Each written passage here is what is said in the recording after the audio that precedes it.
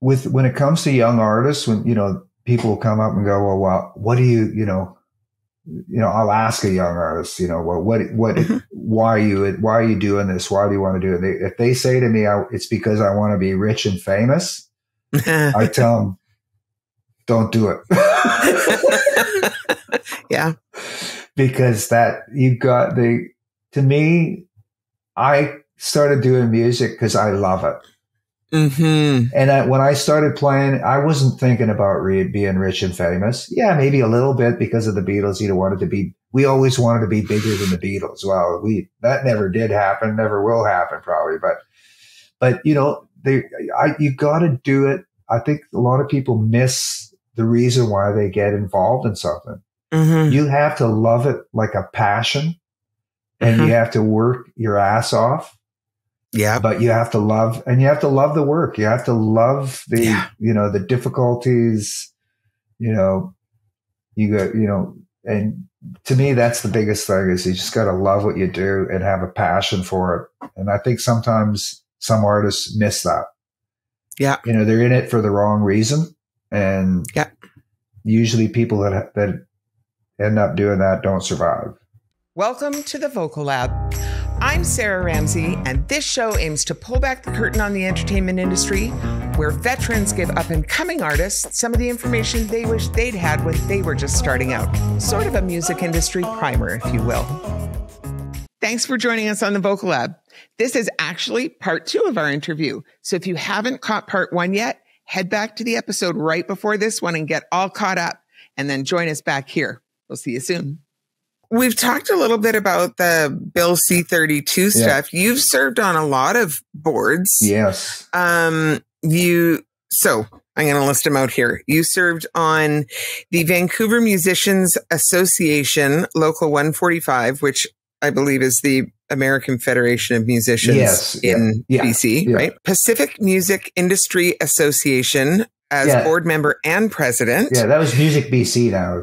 They changed the name of it, but it's Music BC, member of the National Advisory Board for Factor, which is the foundation to assist Canadian talent on record. Yep. And then the past chair of the special committee dealing with neighboring rights, which be Bill C-32, which we just talked about.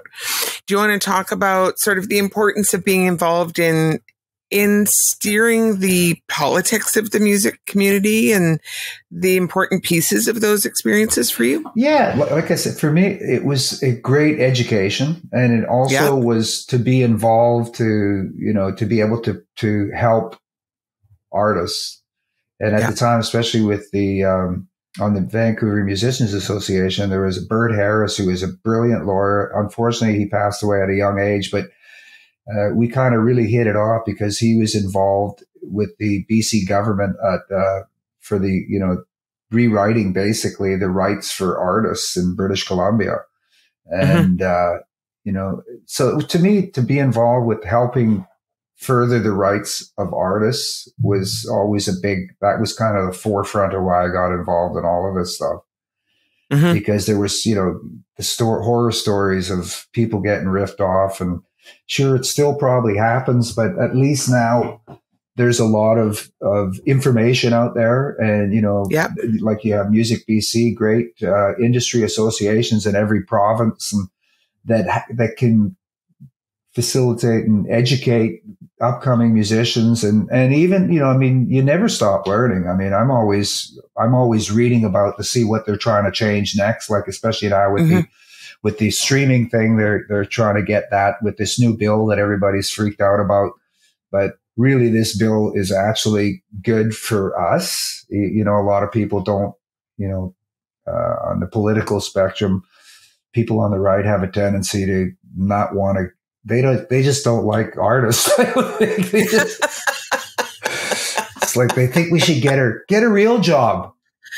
Yes. So it's like they just don't get it. I don't blame them. It's just, I think it's just they're not around the industry and they don't understand it. So it's an old way of thinking that continues to raise its ugly head. But But that's kind of why I got really involved in it. And I feel really proud of the fact that I was involved in that, especially Bill C-32. And I appeared in front of Canadian Heritage. And even though my union was saying a different thing because they didn't understand what was going on, I was saying something different. But we did make a difference with Bill.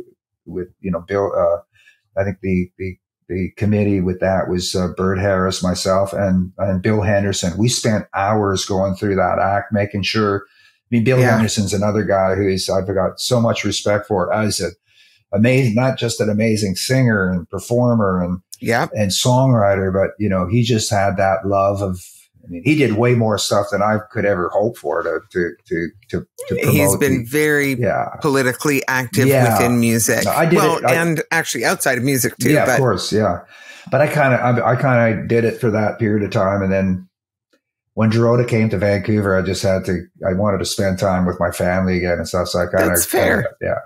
And I just went back to being Marc LaFrance, the singing drummer, performer, whatever other stuff I've done. So let's talk about the drummer part, Mark. Yes. You are equally at home out front on a stage with a microphone in your hand or behind the drum kit while singing. Yes. I love it. You want to talk about the combination of those skills? It's not the most common combination. There's not a lot of guys, but there's, Don Henley. Ringo Starr too. Yeah. I mean, a lot of people, there's a drummer that a lot of people have underestimated, but my Lord, you listen to the takes, the playing that he did on those Beatle records, and they still to this day, they were like revolutionary.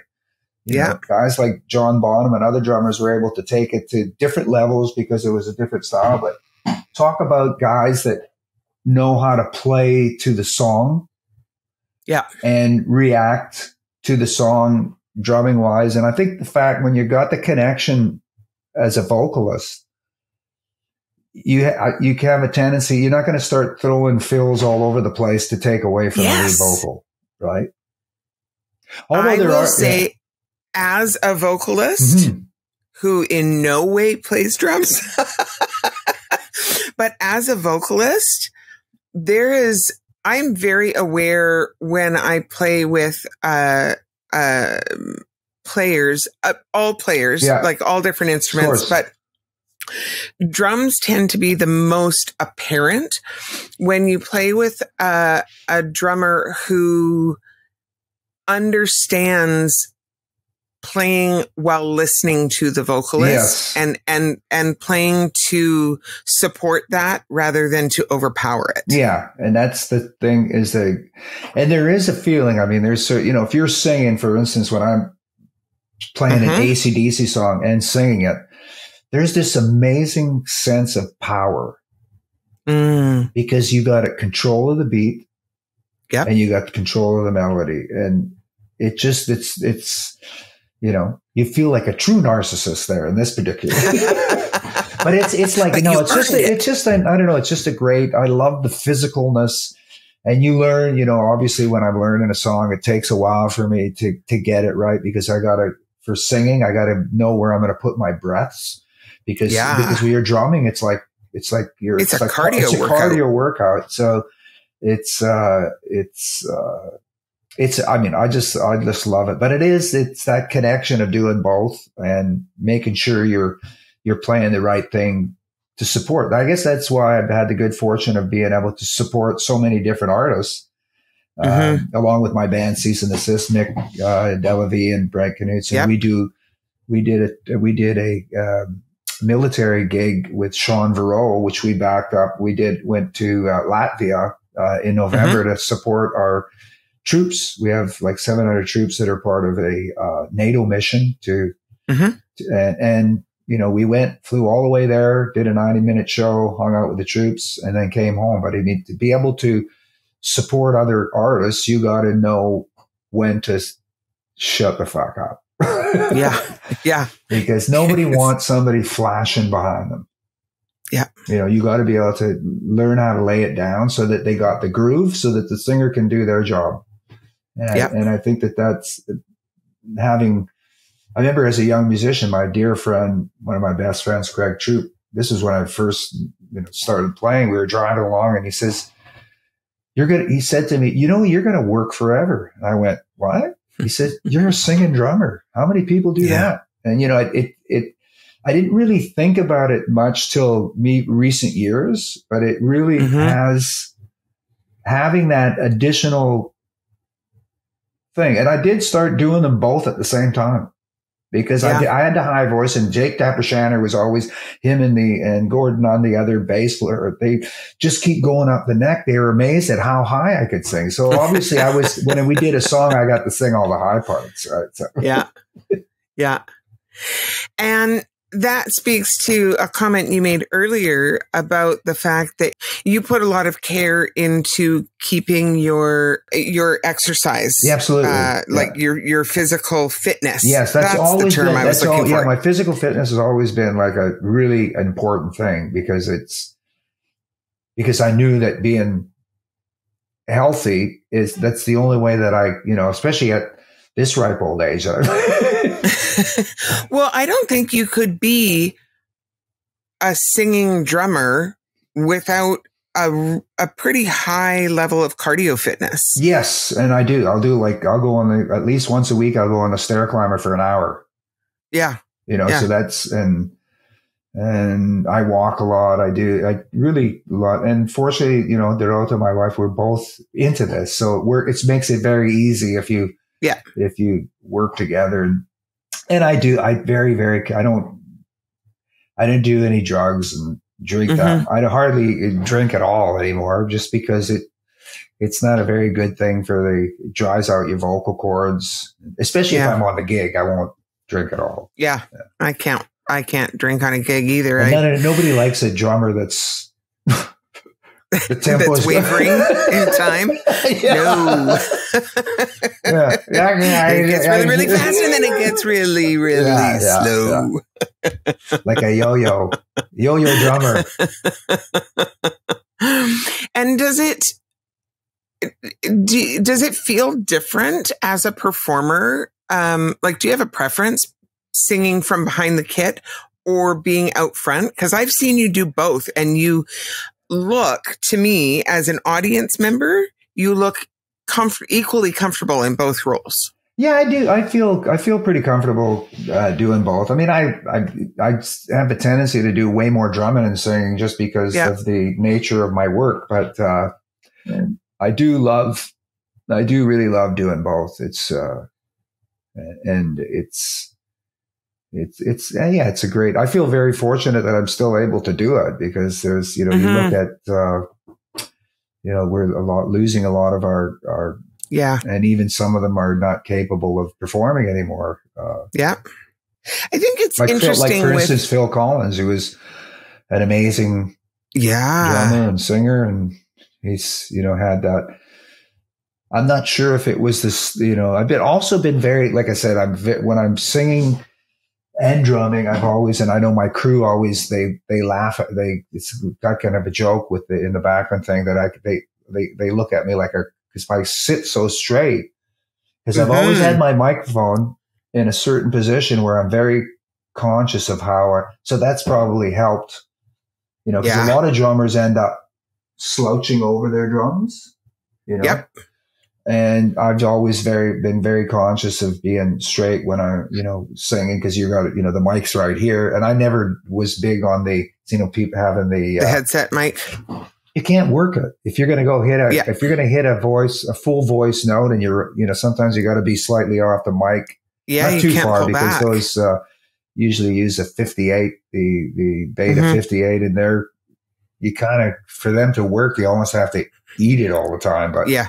And if you don't have, some gigs you have a sound man, some gigs you don't. So you gotta work your balances. Yeah. And so talk a little bit. I mean, this is a pretty niche question, actually, but I have worked as a voice teacher. I have worked with a couple of drummers who are singing drummers. And one of the issues that is consistently a challenge is figuring out how they can position their microphone that doesn't get in the way of their sticks. Yeah. So a lot of them end up positioning their microphone to the side, which is not optimal for like, I don't do that. You know, singing stuff like muscle use and stuff. If you're always twisted, that's not great. So do you want to talk a little bit about your mic configuration? My configuration is right in front of my face. So I have it so that the stand comes on. I used to have two booms that would come down, right? But lately, overhead? Yeah, overhead. But I just use one boom and it's right perfectly. I put it in the right position and I just work around that. And like I said, I make sure that my posture is straight when I'm singing. Yep. And I set my drums in a position where I can hit them without.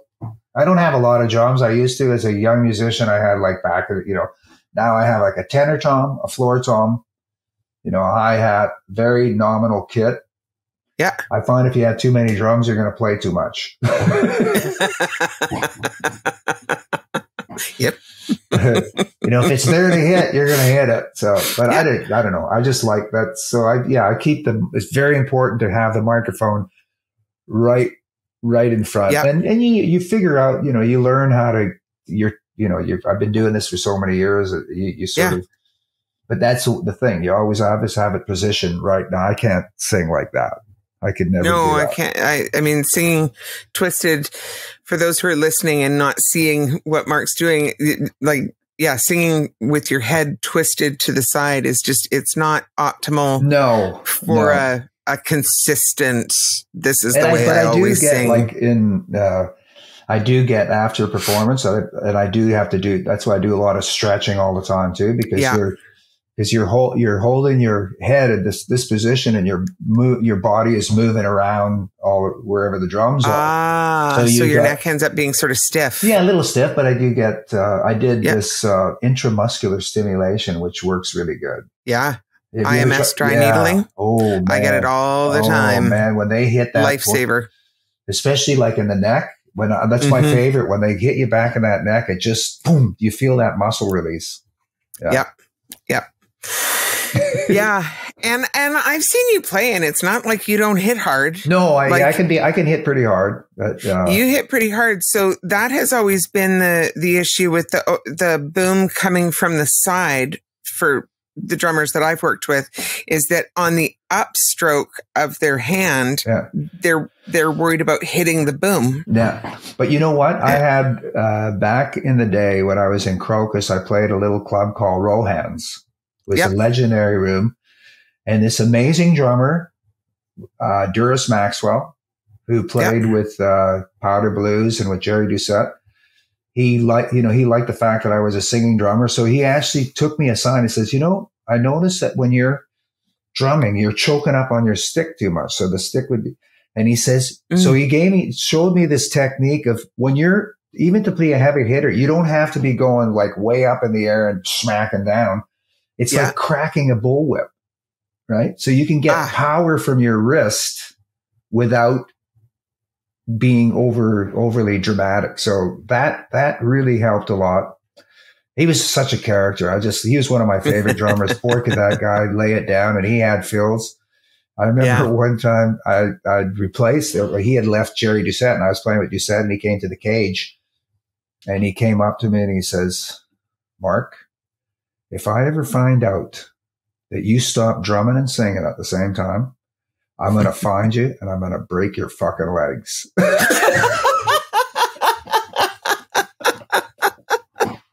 Yes, sir. So that's why I continue to play. Mind you, he has passed away, but still, he was. That's another good thing that throughout my career, I've always had really great mentors. Like even as a young, the Burton Cummings and the Kurt Winter, these guys would come and see me play in my early bands, and hey, kid, you're singing great, you play great, keep doing it. So I had that encouragement that kept me wanting to do it.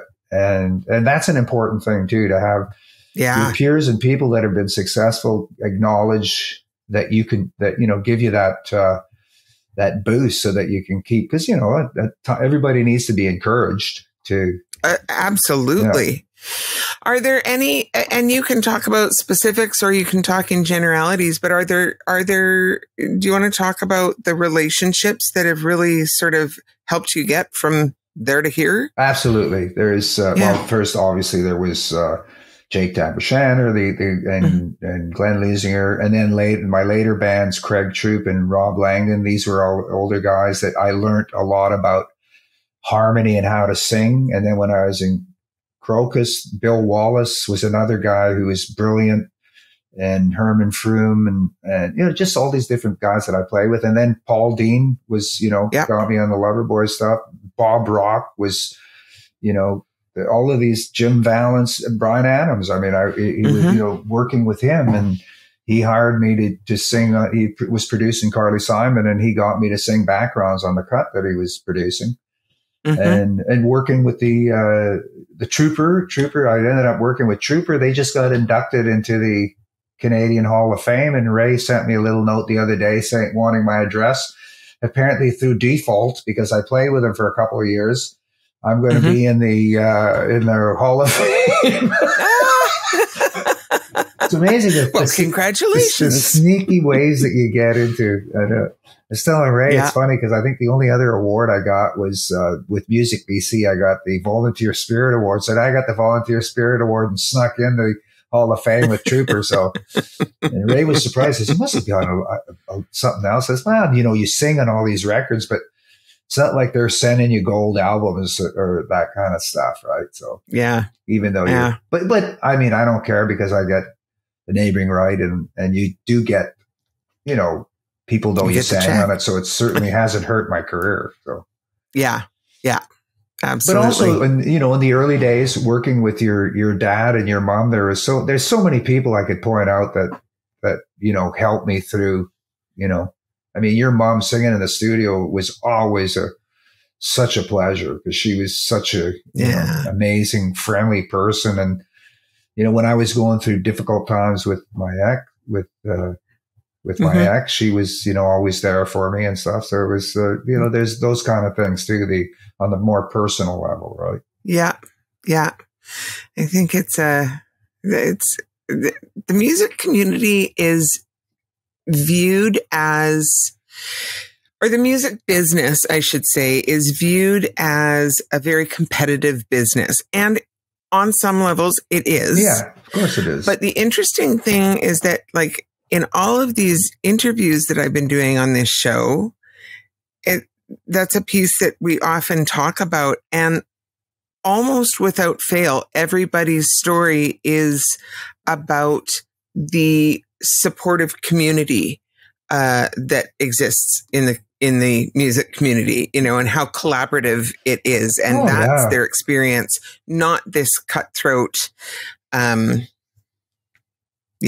think that some of the cutthroat stuff too comes through because it makes good print, right? Yeah. People love, especially nowadays with social media, people just love to, it's like they like to tear people down. Maybe because they don't have success themselves, they love to just rip other people apart. I don't know. I've had so many great relationships with people over the years just from performing and playing with them. But some of the things you've gone through with with Mick, with Cease and Desist, for instance, we've never broken up. Mick and I have been working together for over 36 years, I think.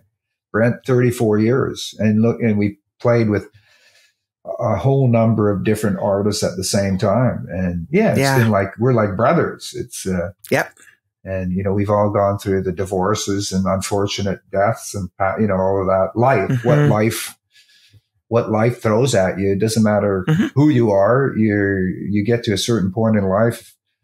You've been on a roller coaster. There's great stuff and horrible stuff happen at the same time, but it's just how you maneuver through those times that help make you a better person and help you with trying to keep developing your career and longevity, because right now I still almost pinch myself every day that I'm able to continue doing what I do. And, I have no thoughts of wanting to even retire as long as I can keep playing a certain amount every month. recording a certain amount every month. But in the meantime, having that balance between family, because you want, you want to make sure, having the person that you love, and you want to be able to spend as much time with them and do things. But that's why it's nice, we do a cool gig like this cruise we did. Dorota will come with me on so you try and keep everything moving in the direction that you won't destroy another relationship. Yes. I think with age comes wisdom, right? Yes, I think so. And we understand the balance better. Yeah, I would say so. Yeah. So you've done some interesting work in music, or like interesting musical work that was outside of the traditional musical lines, things like the stuff you did with Scholastic and the video game stuff and working in animation. Do you want to talk a little bit about those other projects and how those came to be? And it's kind of funny because when I was doing session stuff, there was my middle daughter, Jeunesse, she was in the back seat, and she was asking me if I'd ever been to this place called Babblebrook. And I went, I'd never heard of that. So actually then I ended up collaborating with Bob Buckley, and we did this, and we ended up writing a bunch of stuff for CBC Sesame Street. So we had these claymation segments that were used. And then, like I said, everything from that, there was another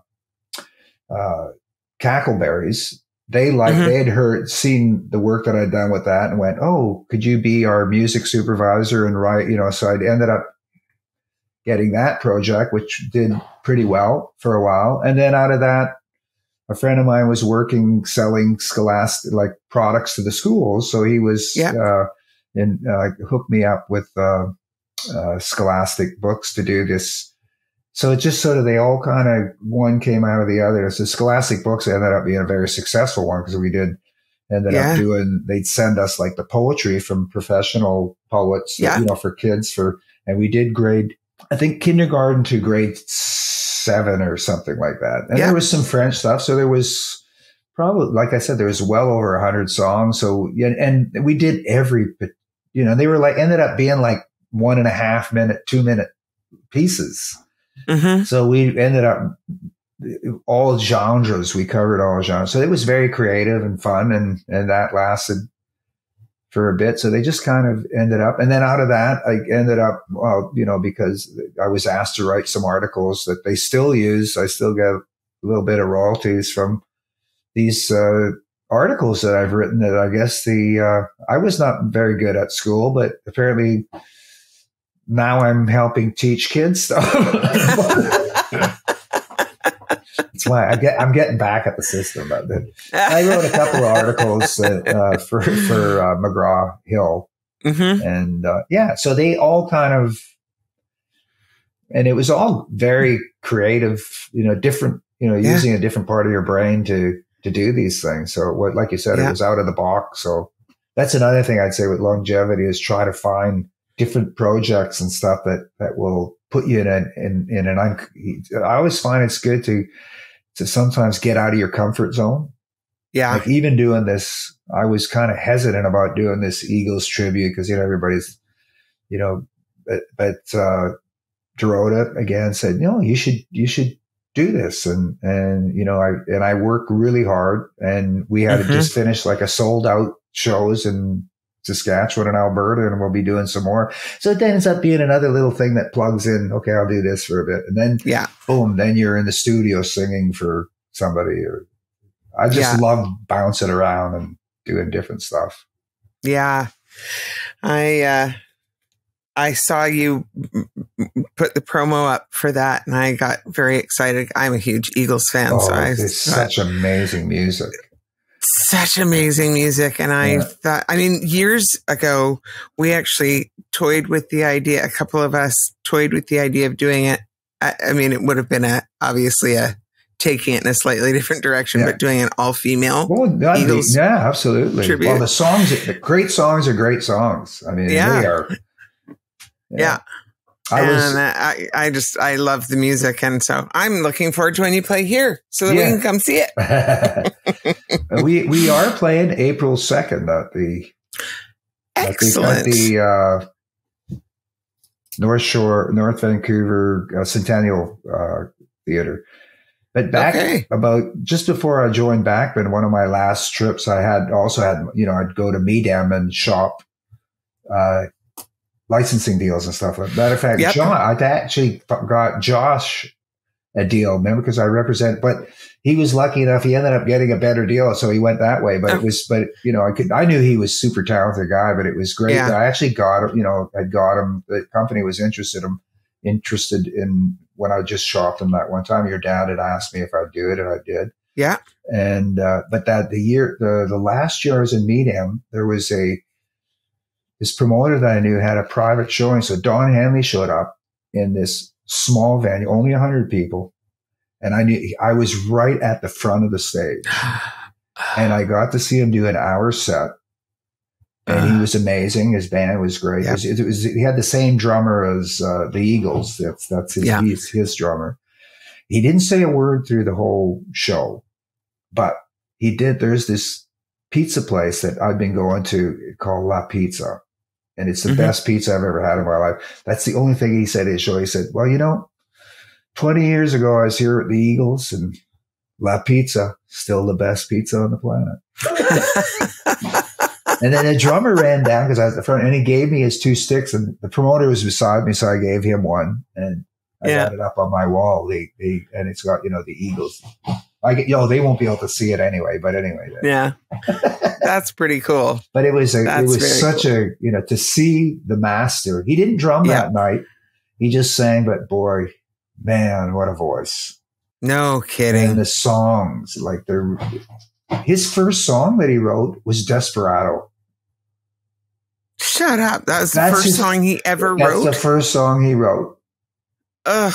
And he played it for Glenn Frey. He was shy to play it to Glenn Frey. And Glenn Frey went, yeah, this is good. Yeah, this'll do.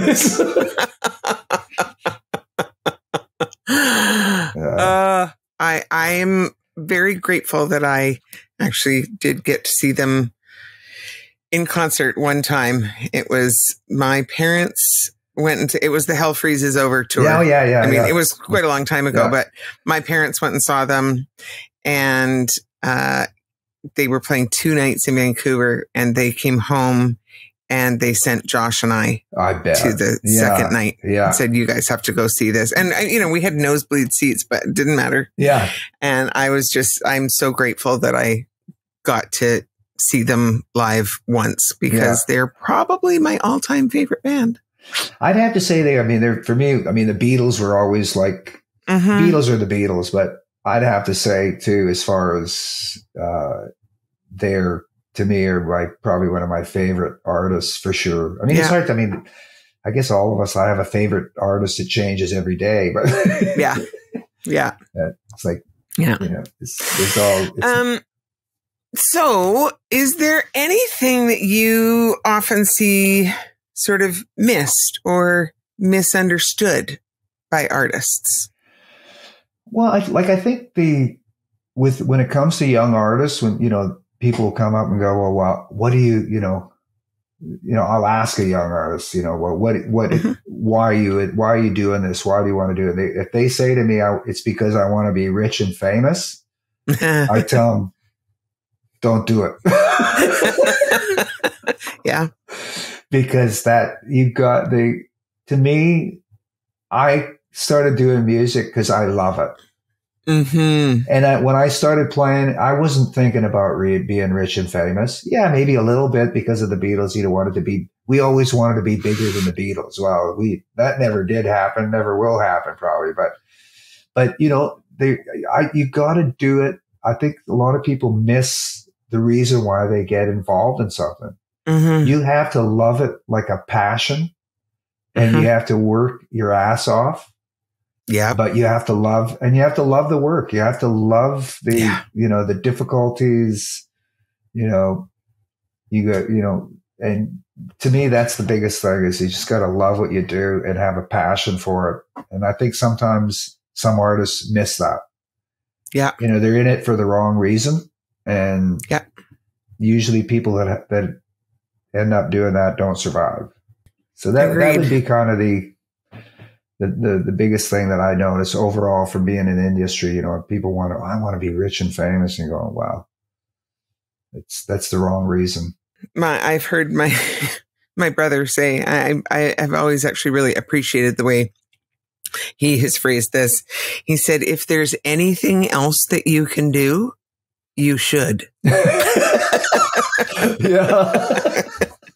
Meaning, like, if your soul will allow you to do anything else, then you should, because you don't have what it takes to put everything you have into this, because that's what it requires. Absolutely. You have to be, exactly. It's, if you don't have the passion and the persistence to keep. Yeah. And you got to be able to be willing to, like I said, if you want to have longevity, you have to be able to reinvent yourself. You know, especially like for me, like I said, I never was like in a big group where you make it, you know, with under the guise of one act. I mean, for me, my career has been an accumulation of a whole bunch of different things.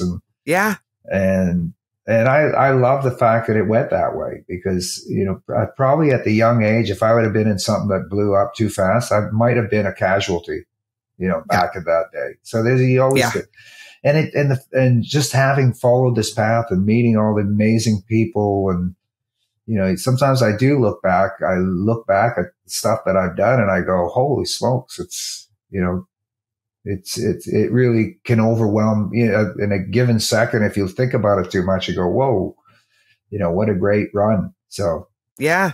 All right, Mark, I know that you have sung, I know we've listed like some of the artists that you've sung with. Yeah. Do you want to tell us some of the songs that like everybody knows, that everybody hears on the radio all the time, that we actually hear you singing on, that we just don't know it's you? Well, I guess Dr. Feelgood. Don't Forget Me When I'm Gone. Yeah. The Glass Tiger.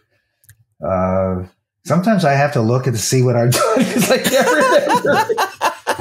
The Cult, Firewoman. Fire! Whatever. See, I can't remember. I don't know. I gotta look through my list. I have to look through, but there's, you know, obviously Bed of Roses, Bon Jovi. Yeah. Did some Shari Ulrich albums too, which Bruce Miller. I Work for the FBI. Nobody will know that one, but I don't think he even remembers. He went off to be a really big, it was funny working with him because I have a funny story. We were in LA. And we were working at A&M Studios. So Burt Bacharach was walking. My experience with Burt Bacharach, I was in the men's washroom, and this little short guy with gray hair comes in the next urinal beside me, and it was Burt Bacharach. And then he picked me up from the Hyatt Hotel one day. I get in the elevator, and there's a shorter black guy, and we have small talk with him. We get out of the elevator and Bruce says, you know who that was? I said, no. He says, that's Prince. And I said, who's he? Because he wasn't, you know, he said, oh, he's got this song called Little Red Corvette or something. Looks like he's going to happen. So I thought that was kind of a funny story. So he says, that was Prince. Who's he? Oh my God. I'll tell you what, I have a story about, so Pat Glover. Yeah. You know, Pat, right? Pat very well. Yeah. Pat hired me for a session. Linda Kidder was singing backups for him, and he was doing, and it was like somebody's house out here in the sort of White Rock, South Surrey area, and doing Bee Gees. So I came in, and here's the thing. Music has always been an audio experience for me. It has never been a visual experience for me. So there are tons of artists who I can name in 3 notes, but I could not tell you what they look like. Yeah, right? Exactly. Yeah. So I go in and Linda and I are singing Bee Gees. I mean, this is probably like 10, 15 years ago. We're singing Bee Gees on this record, and it's somebody's house. So like we're all set up in a bedroom. Studio, right? And the guy that we're, whose house it is, we go in, I get introduced. This is Paul. Hi, nice to meet you, Paul. And partway through the session, he has to take a phone call. So he goes out, and I say to Pat and Linda, God, this really reminds me of some old Bad Company stuff. And they both look at me like, you're such a fucking idiot. You know who this is, right? That's Paul Rogers. Yeah. He is Bad Company. I'm like, oh, no, I did not know that. And I'm really glad he was not in the room when I said that. Yeah. So I get it. I get your Prince story. Oh, I just thought of another one. Loving every minute of it. Yeah. There you go. Yeah. There's been it's so funny because people do sometimes put me on the spot, and I'm serious. It's just, there's so much volume of stuff. It's hard. Yeah. You think about it after, but it's wonderful to have those pages and pages, but it's, and then you hear, like, sometimes I'll be driving in my car and I hear something and I go, it sounds familiar. And then I realize, like, partway through that I sang on it or something. That's when you know you've got a big body of work, Mark. Yeah, it's pretty funny. Sitting in the gym, you're working out, and you hear something and you go, oh. And then, gosh, that sounds like me. Yeah. All right, Mark. Well, where can people find you? All the socials, website, whatever. What kind of shows do you have coming up? All of that stuff. Yeah, I do. I've got doing this Eagles thing at April 2nd at Centennial Auditorium or whatever it is. I think it's a beautiful room. Centennial Theater. We're doing another one on the 6th, but I can't remember where it is off the top of my head. But it's the project is called Take It to the Limit. It's the Eagles, Eagles,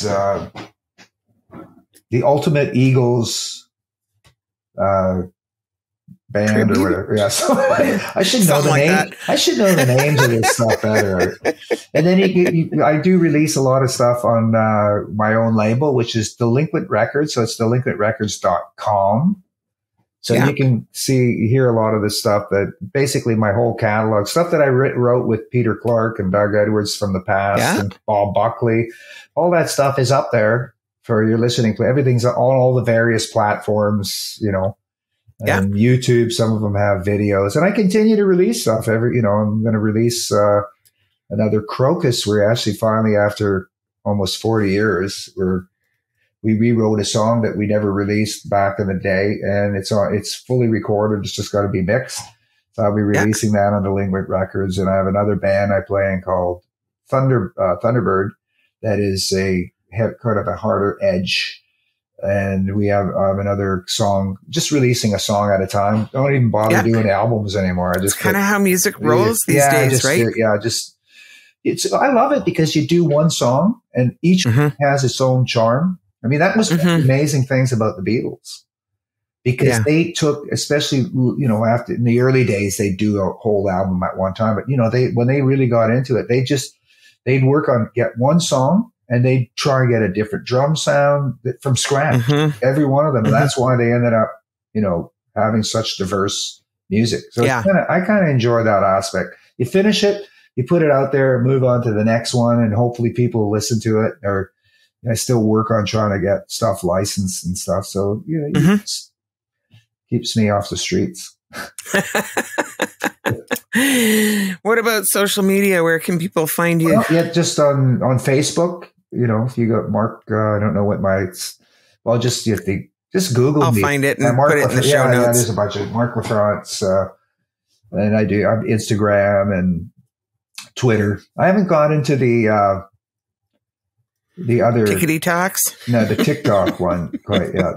It sounds like a little bit of work. I'd have to go and edit a bunch of videos to get it up there. So. Tell you, my daughter had to send me a video about how to use TikTok. I know it's the young kids, they know how to do all that stuff. It's just, I think it's part of their DNA. It is. I felt very old. Well, they've grown up with these, right? They just, So it's, it's the truth. Yeah. It's the truth. Well, thank you so much for joining me today, Marc. This has been awesome. Oh, man, it's always a pleasure.